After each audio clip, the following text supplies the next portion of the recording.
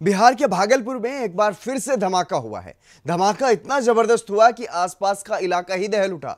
चारों तरफ चीख पुकार मच गई। अभी तक भी मलबे को हटाया जा रहा है। दबे लोगों को निकालने के लिए रेस्क्यू ऑपरेशन जारी है। क्या है धमाके की असली वजह, इस रिपोर्ट में आप देखिए। धमाके से दहला भागलपुर, चारों तरफ मची चीख पुकार, धराशायी हो गए आसपास के मकान, सड़क पर भर गया मलबा ही मलबा। ये तस्वीरें भागलपुर के काजवली चौक इलाके की हैं, जहां गुरुवार को अचानक विस्फोट होता है। ये विस्फोट इतना भयानक था कि आसपास के कई मकान धराशायी हो गए।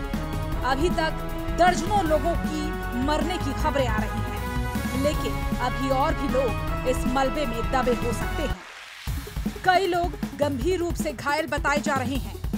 जानकारी के मुताबिक जब ये धमाका हुआ तो कुछ लोग घर में घुसे, लेकिन अचानक ही फिर घर गिर गया। इस धमाके के बाद आसपास के कई घरों को नुकसान पहुंचा है। किसी की छत गिरी है तो किसी के घर की खिड़कियों के शीशे टूट गए।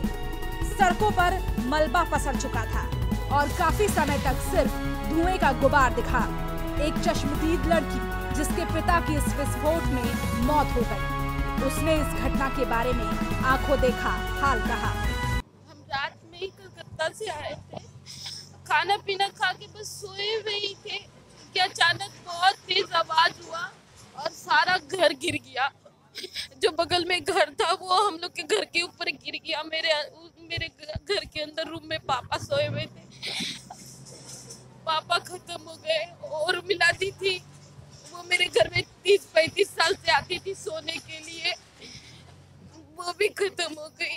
हम बरंडा पे थे, मेरे पर भी बहुत सारा सामान गिरा, लेकिन हम वहाँ से जल्दी से बाहर निकले। तो समझ में नहीं आ रहा था, लाइट नहीं था, समझ में नहीं आ रहा था कि क्या हुआ नहीं हुआ। हम बाहर निकले तो देखे कि सब कुछ गिर चुका है। स्थानीय लोगों ने प्रशासन की लापरवाही पर गुस्सा जाहिर किया। पड़ोस में ही रहने वाले यूसुफ के घर का नुकसान इस धमाके से ही हुआ। 3 मंजिला बिल्डिंग उन लोग का ध्वस्त हो गया। मेरा पूरा मकान डैमेज हो गया। मेरे बच्चे को चोट लगा, मेरी नातनी को चोट लगा है। वो लोग एकदम डैमेज वहाँ गई है। इसको तो नहीं मालूम है नाम, लेकिन ये मकान में बनाता है ये लोग, कोई सुनवाई नहीं होता है। ये तो एकदम खत्म होना चाहिए। शहर में, मेन शहर में ये चीज है, ये चीज तो बंद होना चाहिए। अब हम लोग मर के बचे हैं। विस्फोट को लेकर पुलिस अधिकारी ने बताया कि क्यों इतना जबरदस्त धमाका हुआ है।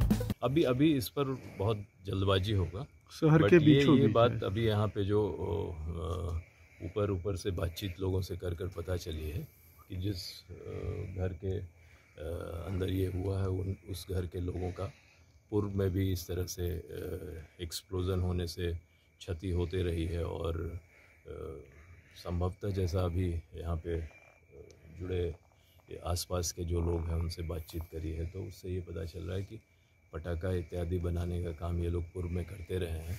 अब उस पर विस्तार में अनुसंधान से पता चल जाएगा। इस घटना के बाद पीएम मोदी ने ट्वीट कर दुख जताया और घायलों के जल्द ही स्वस्थ होने की कामना की।